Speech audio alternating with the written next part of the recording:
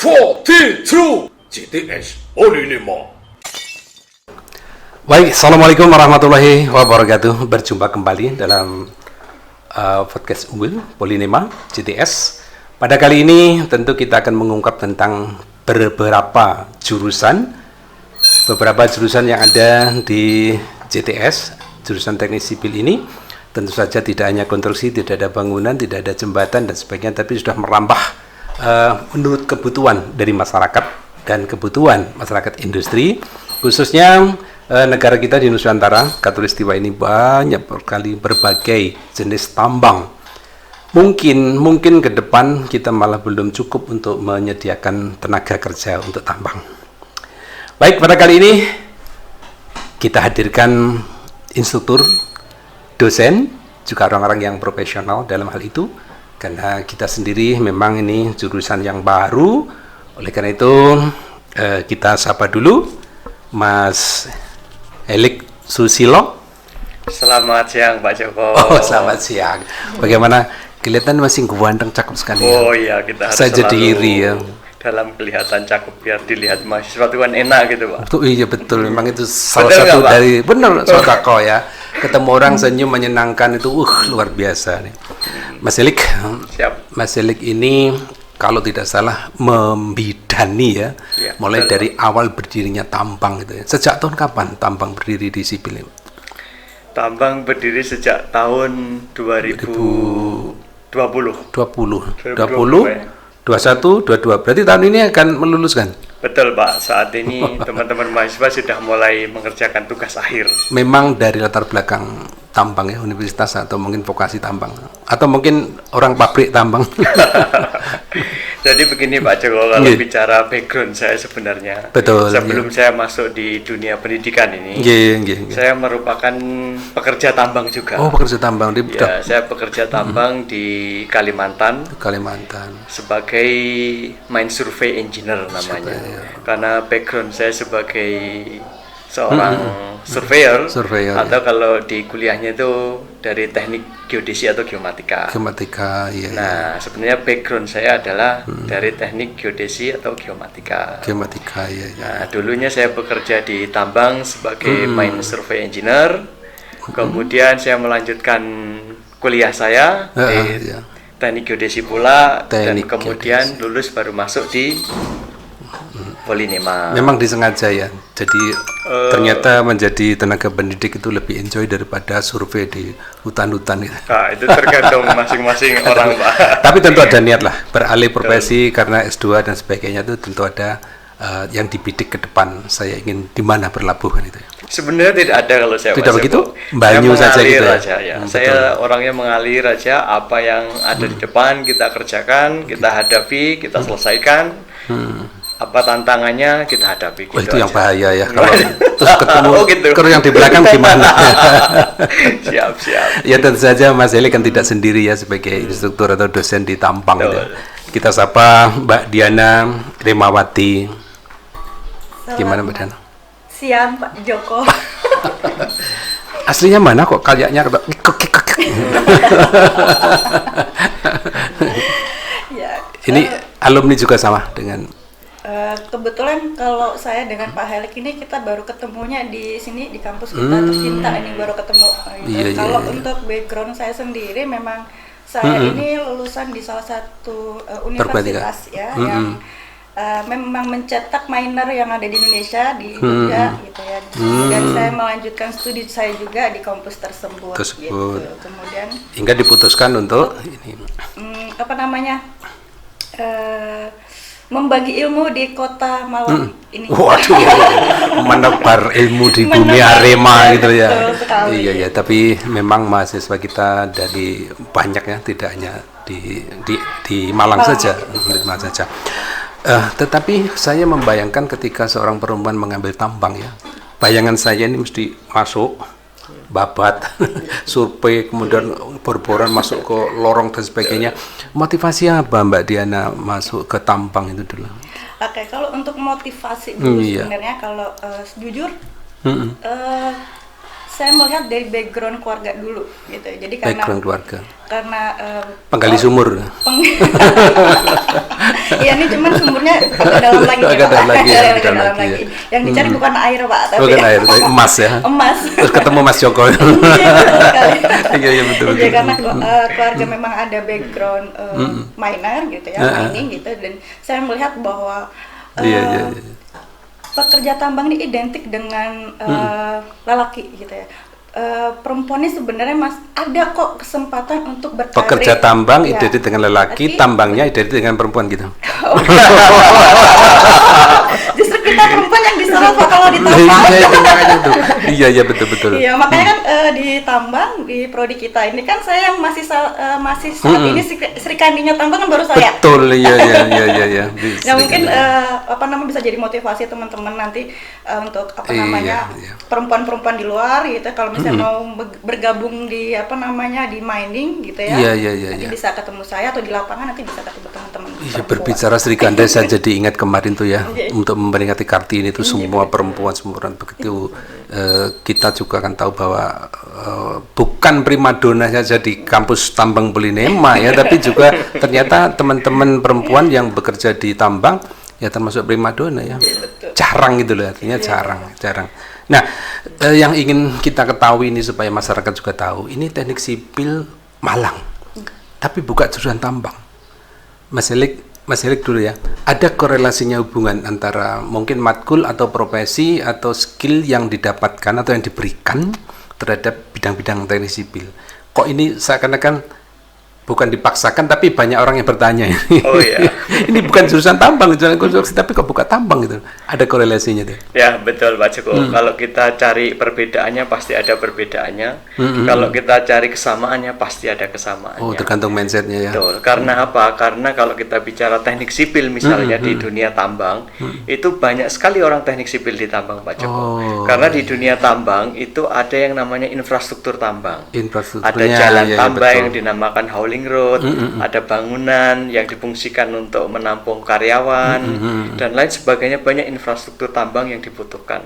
Dan itu orang-orangnya adalah orang-orang teknik sipil. Betul sekali Pak Joko.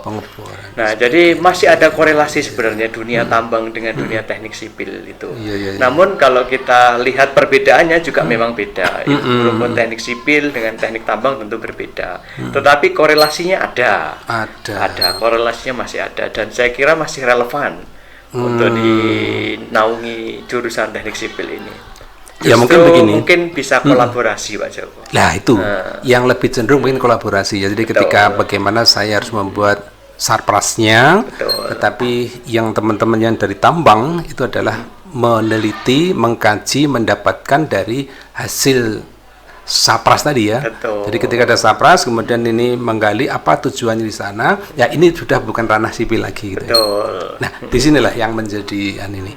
Nah, sipil ini kan berarti hanya sampai ke tingkat sapras, bukan penggalian, pengeboran, atau mungkin termasuk juga teknik apa itu namanya, teknik penahan tanah atau ada Mbak Diana ya, kalau orang teknik sipil itu di namanya pit, lubangnya tambang itu juga masih mengurusi yang namanya geoteknik gitu. Geoteknik itu ada orang sipilnya Mbak ya, ada. Jadi itu juga ada orang sipil juga di situ.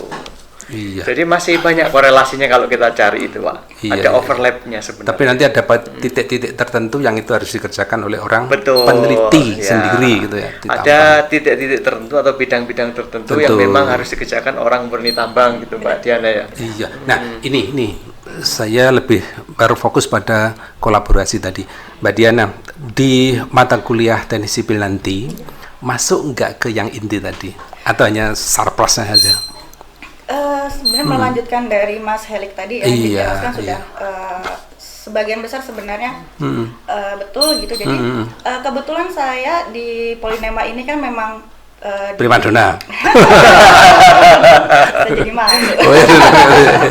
Ya di di pertambangan sini saya mengampu untuk mata kuliah geomekanika yang mencakup geoteknik, kemudian peledakan, kemudian penambangan juga ya gitu. Nah, jadi di mata kuliah geoteknik tambang sendiri memang basic kita konsepnya itu adalah mengabdok dari konsep-konsep dari pekerjaan sipil.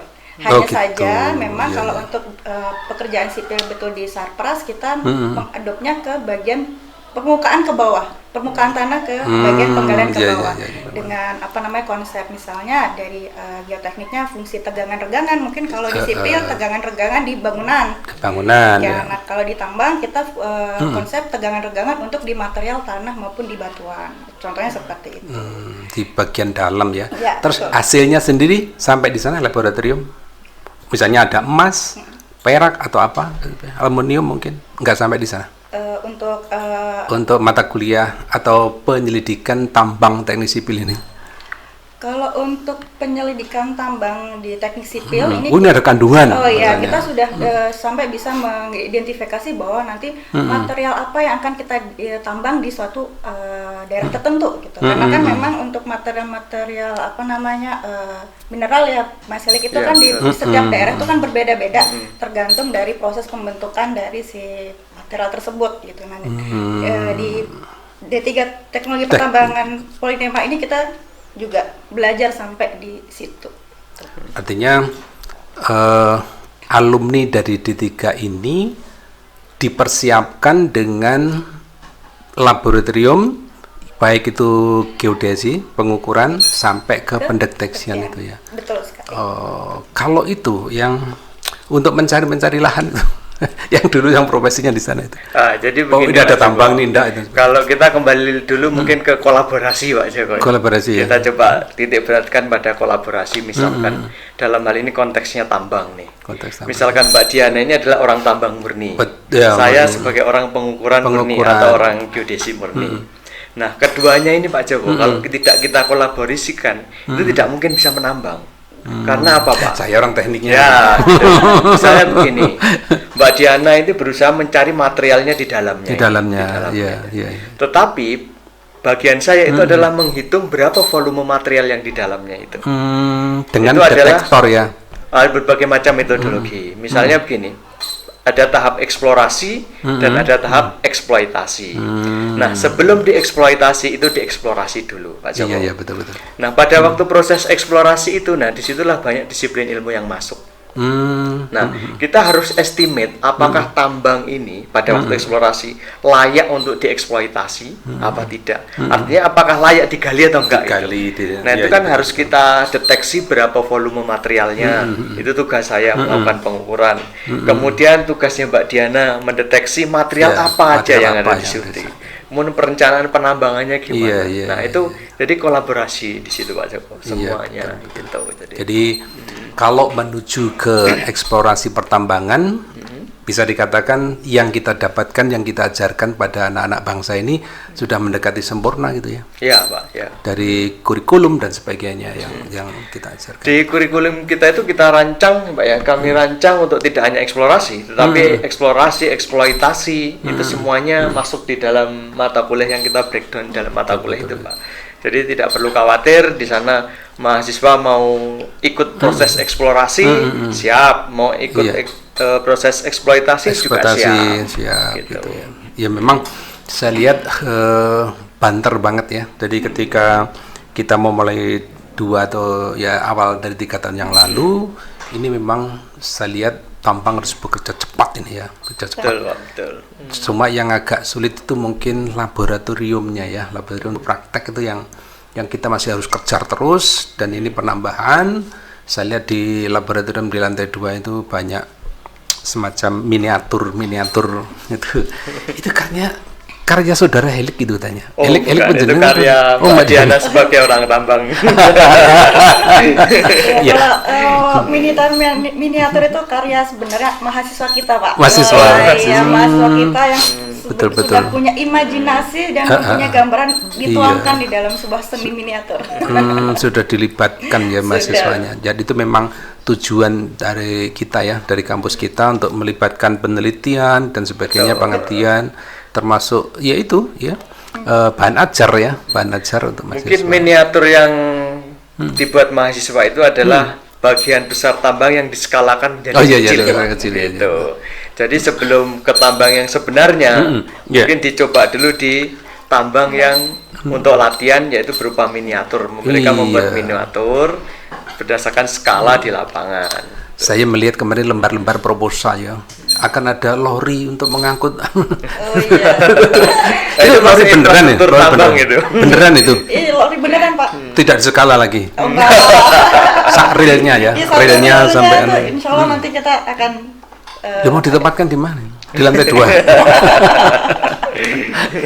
Iya. Saya pikir itu begitu hebat ya dari kerja teman-teman muda. Panjenengan masih muda, Mbak Diana juga masih lebih muda ya, paling seusia anak saya ya. Tapi memang begitulah perkembangan politeknik ya, yang namanya siap kerja, siap latih, siap pakai. Pada dulu ya moto-moto itu sangat berubah karena mengikuti perkembangan. Dulu di awal siap pakai, kemudian setelah bekerja ada saran siap latih.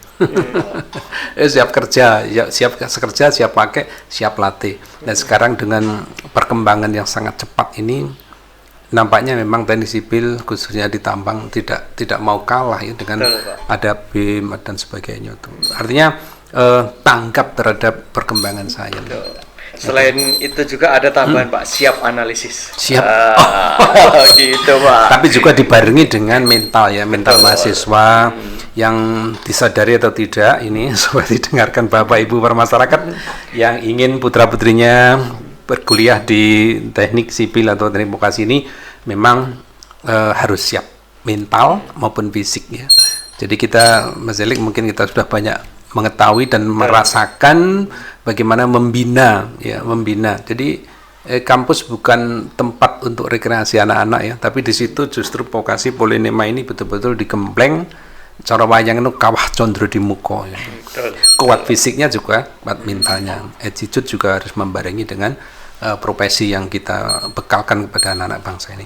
Mas Elik, kira-kira kalau model kita sudah seperti ini ya, dan semua terus dalam proses nih kalau nggak salah menyongsong pameran juga, Mbak Diana sangat sibuk riwa-riwi lantai 8 lantai 4 sampai ke sana ya. Nanti mungkin itu salah satu perkenalan kita ya pada masyarakat, sehingga masyarakat itu tahu sipil tambang nggak usah nunggu ijazahnya, lihat saja di informasinya ya. Informasi kita kampus yang sangat terbuka, kapan saja mau dikunjungi, kapan saja orang tua mau menyaksikan, monggo silahkan datang rawuh ke kampus untuk dibuktikan bahwa tidak sia-sia ya.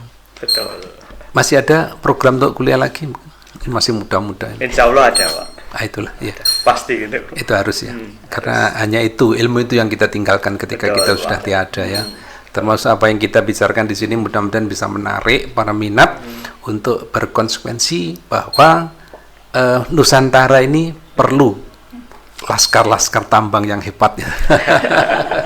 Mas Elik, kira-kira pesan untuk mahasiswa baru maupun yang lama ya? Ya, jadi begini Pak Joko, kalau saya mau berangkat dari pengalaman saja, pengalaman yang sebagai seorang engineer tambang dulunya, saya kira mahasiswa harus mempersiapkan diri secara fisik dan mental. Itu yang penting.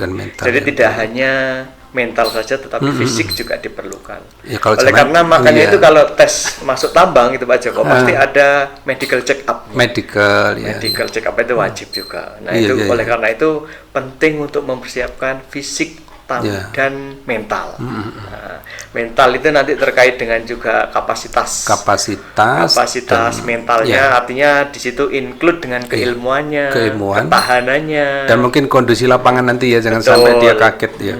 Jangan sampai terus begitu lulus jadi dosen. Karena perlu diingat juga kerja di tambang itu kan tempatnya lumayan terpencil Pak. Terpencil. Tetapi jangan khawatir, di situ fasilitas lengkap disiapkan Pak. Apalagi sekarang internet nyampe di mana-mana ya. Kadang kita bikin tower sendiri tuh di tambang itu. Jadi jangan khawatir itu jadi yang penting persiapkan fisik dan mental. Fisik itu apa saja, kesehatan tubuh, artinya tidak merokok, tidak minum minuman keras, apalagi narkoba. Pasti kalau Anda sudah kesentuh itu medical check up akan ketahuan ya, ketahuan dan bisa gagal. Itu untuk fisiknya. Untuk mentalnya harus tahan mental, tentu juga mempersiapkan kapasitas keilmuan dan skillnya. Skillnya itu ya. Nah, itu yang terpenting. Walaupun di kampus mungkin berbentuk miniatur aja ya. Oh, tapi ya, kan betul. sesekali ada PKL ya. Kita nggak mungkin bikin pit di kampus ini Pak, karena pit sangat besar oleh karena Bikin itu horor gitu. pakai miniatur. Boleh di sebelah utara itu, yang sebelah barat utara Oh, itu boleh ada ditambang topeng. itu. Iya. Itu nanti masuk lorong dan itu sepurnya tadi masuk ke situ. Di Ya. situ ya, boleh. Galinya di Kali Berantas ya, pura-pura itu topeng sana. Bisa itu. Kalau Mbak Diana ada mungkin pesan. Oke, mungkin melanjutkan dari Mas Helik untuk mempersiapkan buat mahasiswa baru ataupun mahasiswa yang nantinya sudah mau lulus gitu ya. Salah satu yang perlu dikembangkan adalah soft skill. Soft skillnya ya. Gitu, soft skill apapun itu gitu, karena memang di dunia perkuliahan kita tidak mungkin memberikan semua yang keterampilan gitu kan, Iya. terutama soft skill gitu ya. Nah itu juga harus kita dipersiapkan gitu, apalagi kecakapan, kecepatan memainkan software itu ya itu juga harus dilatih dari sekarang gitu, karena itu merupakan salah satu poin plus juga untuk teman-teman nanti untuk lulus masuk ke industri pertambangan, karena di tambang untuk merancang tambang ini kan kita nggak mungkin manual Pak, gambar Betul, manual. iya. Mungkin Iya, kalau iya. dulu zaman Kalau dulu dulu, masih pakai kalkir A0 mungkin ya Pak ya. Nah, kalau sekarang sudah semua canggih ini, jadi sudah harus canggih. Foto udara tuh iya, yang foto udara menguasai. langsung masuk gitu kan. Nah, jadi soft skill itu yang harus dikembangkan. Selain dari fisik, mental, betul seperti kata Mas Helik. Bisa jadi mungkin nanti akan diciptakan atau mungkin sudah untuk mendeteksi sekian kedalaman ada bahan ini, kandungan ini. Bisa mungkin sudah Mbak ya, pakai Sudah, penginderaan sudah. jauh bisa. Sudah. Iya, sekarang sudah teknologi udah canggih. Udah bisa menembus ya. Iya, Kalau dalam pewayangan itu Ontorjo bisa masuk ke bumi. Ya mungkin terinspirasi teknologi Terinspirasi sekarang dari situ, dari ya. pewayangan Iya. itu ya. Dia mau masuk ke sana lihat apa? Wow, ini mohon izin pada Dewa Ontobugo. Kedalaman sekian ada sekian ya, itu sudah dikenal. Ya semuanya memang soft skill tadi ya. Dari pikiran mitos menjadi logos ya, dari angan dibuktikan. Itu wah luar biasa sekali. Tentu saja mudah-mudahan kalian berdua ya dan teman-teman Adinda dosen muda ini sehat, kemudian bisa mengembangkan ilmunya demi mengamankan amanat Tuhan ya. Nusantara ini sangat luar biasa, tambang apapun ada, bahkan di sekitar kita ini juga ada ya, ada kalau mau cari ya.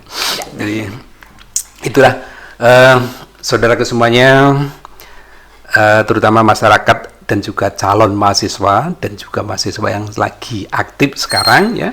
Itulah sekilas obrolan kita tentang prospek dan kondisi tambang. Tidak percaya, datang ke kampus. Lab tersedia untuk Anda dan belajar apapun, semuanya fasilitas adalah kami melayani untuk kalian semuanya. Kita sampaikan salam vokasi Mas. Vokasi kuat menguatkan Indonesia. Sampai jumpa. Assalamualaikum warahmatullahi wabarakatuh. Waalaikumsalam warahmatullahi wabarakatuh. Vokasi kuat menguatkan Indonesia.